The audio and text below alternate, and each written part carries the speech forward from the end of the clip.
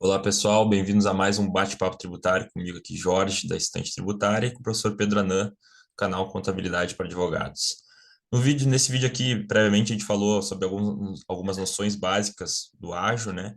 E nesse vídeo aqui a gente vai tratar sobre o regime do ágio antes da Lei 12973 de 2014, que trouxe mudanças significativas quanto ao ágio. Então, para começar o nosso encontro aqui, professor, como é que funcionava o ágio antes da Lei 12973, né? Como é que, enfim, quais eram os aspectos importantes que a gente tem que saber dessa matéria? Antes, como é que ele era fundado, o ágio, como é que era dividido o custo de aquisição, né? O preço de aquisição do investimento. Enfim, você pode explicar para nós, professor, como é que funcionava o ágio antes da Lei 12973? Bom, vamos lá, Jorge. Então, olá a todos, sejam bem-vindos ao novo bate-papo tributário, né?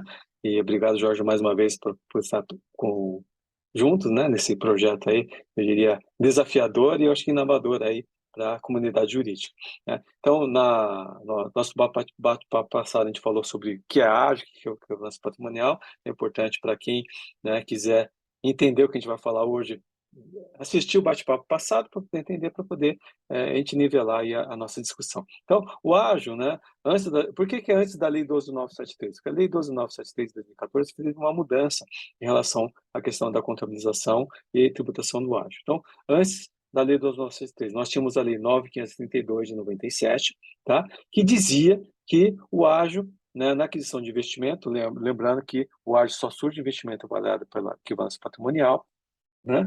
Na hora que eu for contabilizar esse ágio, que é a diferença entre o valor patrimonial e o valor da aquisição do investimento, portanto faz parte do preço do produto, eu poderia classificar esse ágio em três fundamentos econômicos. Então, a lei falava, né, que eram alternativos. Eu poderia escolher qual que era o fundamento econômico para fazer a contabilização e o registro desse ágio. Então, o primeiro deles qual que é? A diferença entre o valor contábil e o valor de mercado. Então, o ativo estaria subavaliado, portanto, estou adquirindo aquele ágio porque o valor contábil dele, o valor de mercado dele é superior ao valor contábil, tá?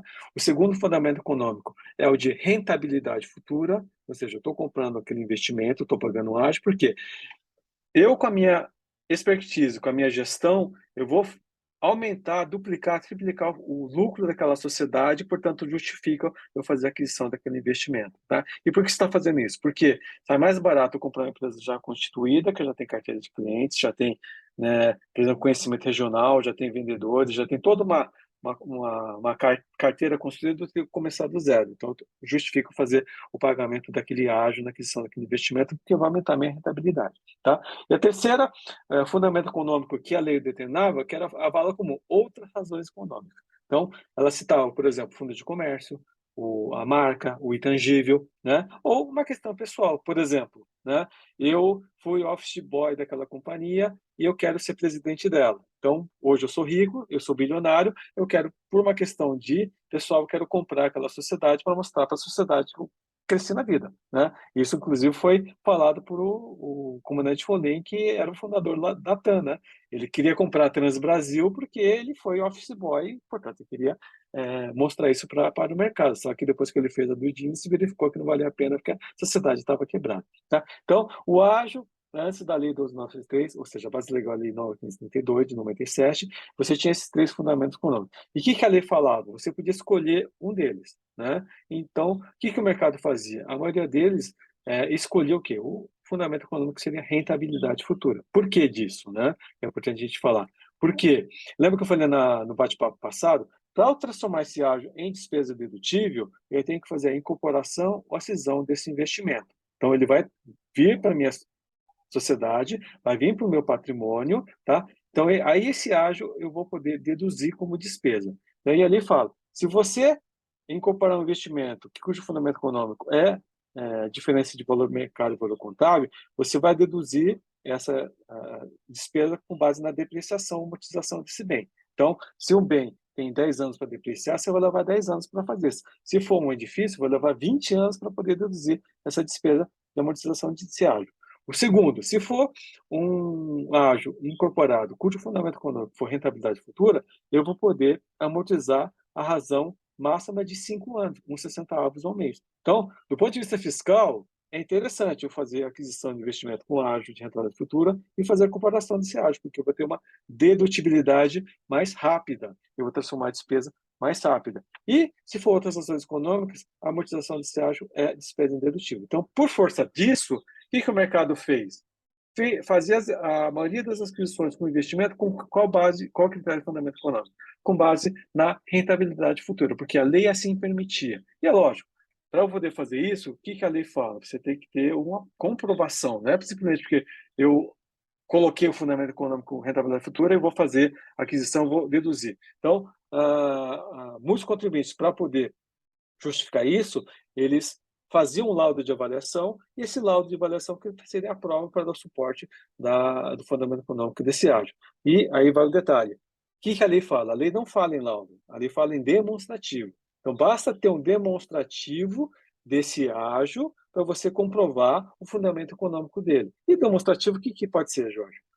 Pode ser uma planilha de Excel, pode ser uma apresentação de PowerPoint, pode ser um estudo interno que a empresa faz, do próprio equipe de engenharia. Então, a lei não restringe isso.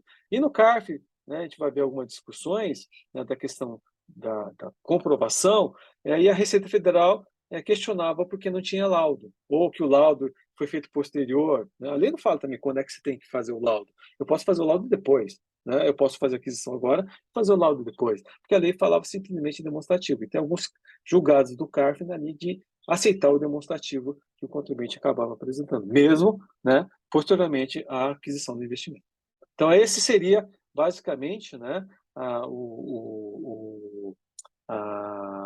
o que a Lei 9.532 fala em relação ao ágio. Então, primeiro, tem que ter o fundamento econômico, que são esses três que eu falei. Segundo, para transformar isso em despesa dedutível, tem que fazer a comparação do investimento ou cisão do investimento para poder fazer, reconhecer essa despesa como despesa dedutível. Professor, aproveitando, é interessante para quem está começando a entender por que o ágio ele só é dedutível quando tem incorporação, porque sob o ponto de vista, por exemplo, da equivalência patrimonial, quando eu tenho empresa, a controladora, e tenho a empresa aqui controlada, a receita que eu vou refletir, né, pela equivalência patrimonial, ela não é tributável na controladora, né? Então, Isso, até por isso a despesa de ágio não pode ser dedutível aqui. Quando eu tenho sim, incorporação, aí sim. Aí sim, aquela expectativa de rentabilidade futura que eu tinha de lucro, de fato vai ser um lucro tributável e por isso eu vou poder deduzir o ágio, né? isso, É engraçado, porque quando a gente não, eu pelo menos quando não entendia, quando só ouvi falar de ágio, eu não entendia, tá, mas por que eu só posso deduzir quando eu tenho incorporação? Justamente porque enquanto eu não tenho a incorporação, são a receita que eu refletida aqui pela equivalência patrimonial não é tributável e, portanto, eu não posso deduzir isso também. isso Então, mesmo. o professor Schwery ele tem uma explicação sobre isso, né? O livro dele até, depois, no final do último vídeo sobre ágil, eu posso trazer alguns livros aqui sobre ágil para o pessoal ler especificamente sobre isso. É interessante ver para que a pessoa que enfim, está começando, ela não consegue visualizar isso, né? Então, é interessante para a gente, até, talvez a gente faça enfim, uma apresentação outro dia sobre um caso exemplificativo, demonstra como é que tem que contabilizar o ágio, quando é que vai ser dedutível. Isso mesmo. Então, é legal para quem está começando a gente explicar qual o fundamento, assim, do ponto de vista do direito tributário mesmo, por que que não é dedutível, né? Por que depois passa a ser dedutível depois da incorporação.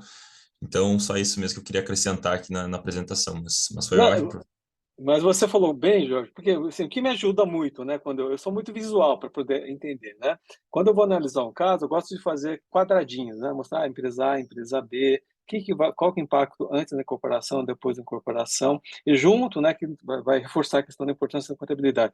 E entender o lançamento contábil. Se você entender e consegue ter essa visão do todo, que o professor Marco Aurélio Greco fala, né? Não somente a ponta do iceberg, mas o iceberg como um todo, você consegue entender o todo para poder advogar melhor, poder prestar melhor serviço, fazer uma boa defesa, poder fazer uma boa ação judicial. Porque se você não consegue visar o todo, acaba acontecendo o que muita gente faz, né? Entra com a ação judicial e às vezes a empresa não se beneficia, porque não se aplica para ela.